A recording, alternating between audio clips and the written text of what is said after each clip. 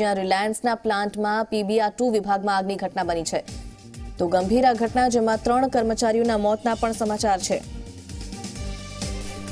BBP પ્લાન્ટના finishing બેગિંગમાં આગ લાગી છે।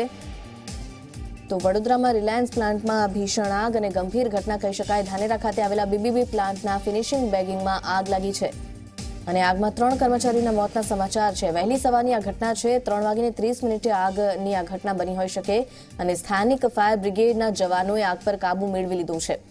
મોટી સંખ્યામાં ગ્રામજનો પ્લાન્ટ પર પહોંચ્યા હતા। કેટલાક કર્મચારીઓ આગમાં ઇજાગ્રસ્ત થયાની પણ જાણકારી સામે આવી છે।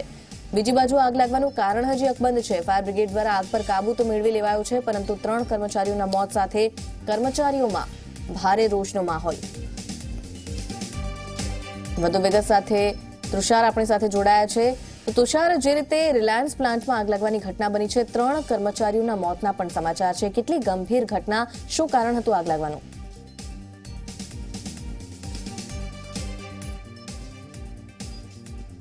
તો હાલ તો ફાયર બ્રિગેડે આગ બુઝાવી દીધી હોવાનું સામે આવ્યું છે। આગ તો કાબુમાં કરી લેવાઈ છે, પરંતુ 3 કર્મચારીઓના તેમાં ગંભીર મોત નીપજ્યા છે। ત્યારે કહી શકાય કે કર્મચારીઓ હવે હડતાળ કરવા પણ વિચાર કરી રહ્યા છે, હડતાળ કરી શકે છે। સાથે જે કર્મચારીઓના મોત થયા છે તેમના પરિવારને વળતરની માંગ પણ કર્મચારીઓ કરી શકે છે। તો BBP પ્લાન્ટની આ ઘટના, જ્યાં ફિનિશિંગ બેગિંગમાં આગ લાગી છે, રિલાયન્સ પ્લાન્ટમાં આગ લાગી છે અને 3 કર્મચારીઓ તેમાં મોતને ભેટ્યા છે। તો આખરે આગ કયા કારણસર લાગી અને શું ફાયર સેફટીના પૂરતા સાધનો નહોતા, શું કોઈ સુવિધા નહોતી ફાયર સેફટીની, આ તમામ સવાલો પણ હવે ઉઠી રહ્યા છે। અને કર્મચારીઓના મોતને લઈને હવે કર્મચારી મંડળ લડી લેવાના મૂડમાં છે। આ કર્મચારીઓને વળતર મળે તેમના પરિવારને, તે માટે પણ માંગ કરવામાં આવશે, સાથે હડતાળ કરાઈ શકાય છે। તો ગંભીર આ ઘટના વડોદરાથી સામે આવી છે। રિલાયન્સ પ્લાન્ટમાં આગની ઘટના, ફિનિશિંગ બેગિંગમાં આગ લાગી છે। BBP પ્લાન્ટમાં આગ લાગવાની આ ઘટના, જેમાં 3 કર્મચારીઓ મોતને ભેટ્યા છે। તો આગના બનાવો જે રીતે વધી રહ્યા છે અને વધુ એકવાર રિલાયન્સના પ્લાન્ટમાં જે આગ લાગી છે, ત્યારે કહી શકાય કે મોટી એક ઇન્ડસ્ટ્રી જ્યાં અનેક કામદારો કામ કરતા હોય છે, ત્યારે 3 કર્મચારીઓ આગની દુર્ઘટનામાં મોતને પણ ભેટ્યા છે।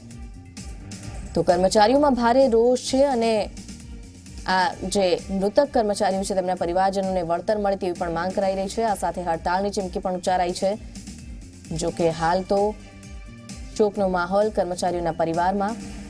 વડોદરાની આ ઘટના છે, ગંભીર ઘટના કહી શકાય, જે રીતે આગ લાગી। જો કે તરત જ સ્થાનિક ફાયર બ્રિગેડની ટીમ ઘટના સ્થળે આવી પહોંચી અને ફાયરના જવાનોએ સતત પ્રયાસ બાદ આગ પર કાબુ મેળવી લીધો છે। તુષાર આપણી સાથે જોડાયા છે। તુષાર, ગંભીર ઘટના છે, 3 કર્મચારીઓના મોતના સમાચાર, શું છે આખી વિગત?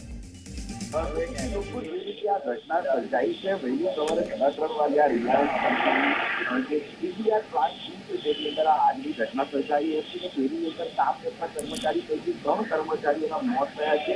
જે 3 કર્મચારીઓના મોત થયા છે તેઓની ઓળખ પણ થઈ ગઈ છે। મહેન્દ્ર જાદવ, અરુણભાઈ અને પ્રિતેશ પટેલ નામના 3 કર્મચારી જેઓ આ પ્લાન્ટમાં કામ કરતા હતા, તેઓ આગમાં ભસ્મ થયા છે।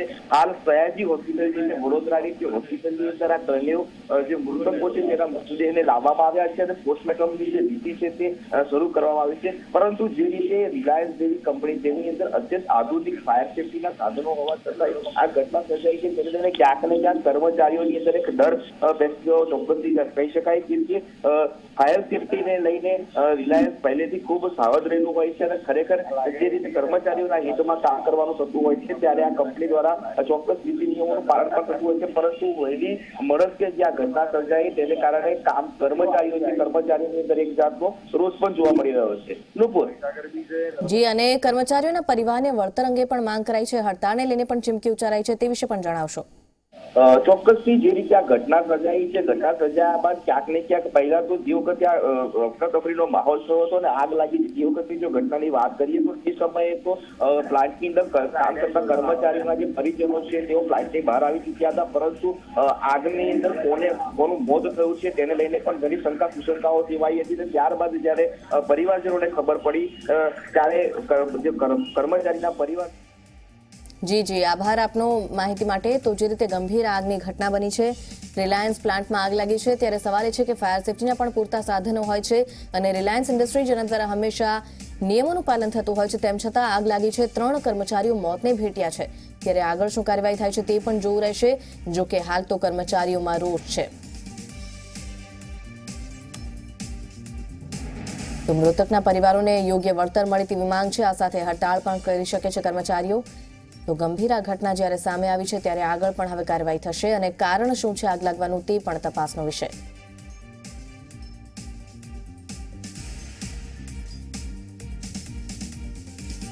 બીબીપી પ્લાન્ટમાં આગ લાગી। ફિનિશિંગ બેગિંગમાં અચાનક આગ ભભૂકી ઉઠી અને અહીં અનેક કામદારો કામ કરી રહ્યા હતા, જેમાંથી 3 કર્મચારી બળીને ભડથું થઈ ગયા। રિલાયન્સ કંપનીના PB2 પ્લાન્ટની અંદર જે આગ લાગી છે, આગ બાદની જો પરિસ્થિતિની વાત કરીએ તો જે પ્લાન્ટમાં 3 કર્મચારીઓ હતા એમના મોત નીપજ્યા છે। એ 3 કર્મચારીઓનો મૃતદેહ આ જે છે ઓક્યુપેશન હેલ્થ સેન્ટર નામની જે એમ્બ્યુલન્સ છે એમ્બ્યુલન્સની અંદર લાવવામાં આવ્યા છે અને આ 3 કર્મચારીઓના જે મૃતદેહો છે મૃતદેહો હાલ તો પોસ્ટમોર્ટમ માટે SSG હોસ્પિટલમાં લઈ જવામાં આવ્યા છે। આપ દ્રશ્યમાં જે રીતે જોઈ રહ્યો છો પ્રમાણે સંપૂર્ણ રીતે આગમાં ભડથું થઈ ગયેલી ડેડ બોડી આપ જોઈ શકો છો, કેમ કે આગ કેટલી ભયાનક હશે એ આ મૃતદેહ પરથી જ ખબર પડી શકે છે, કેમ કે જે રીતે આગમાં આ જે ભડથું થયેલી મૃતદેહ જઈ રહ્યો છે તે મૃતદેહ જોતા ચોક્કસથી અરેરાટી ઉપજે તેવી વાત છે, પરંતુ આગ લાગવાનું જે કારણ છે કારણ તો હાલ અકબંધ છે।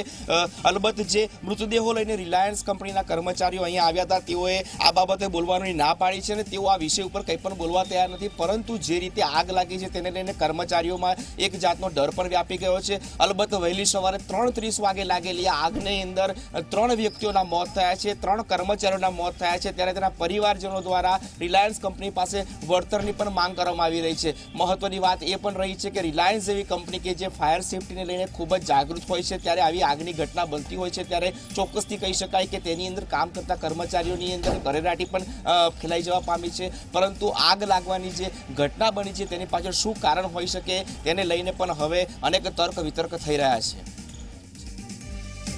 તો આગ લાગવાની જે ઘટના છે તેની તપાસ હાલ તો થઈ રહી છે, જો કે તમામ તપાસ હવે કરવામાં આવશે। આ સાથે કર્મચારીઓ જે મોતને ભેટ્યા છે તેમના મૃતદેહને પણ પોસ્ટમોર્ટમ માટે ખસેડવામાં આવ્યા છે। કર્મચારીઓમાં રોષનો માહોલ જોવા મળી રહ્યો છે।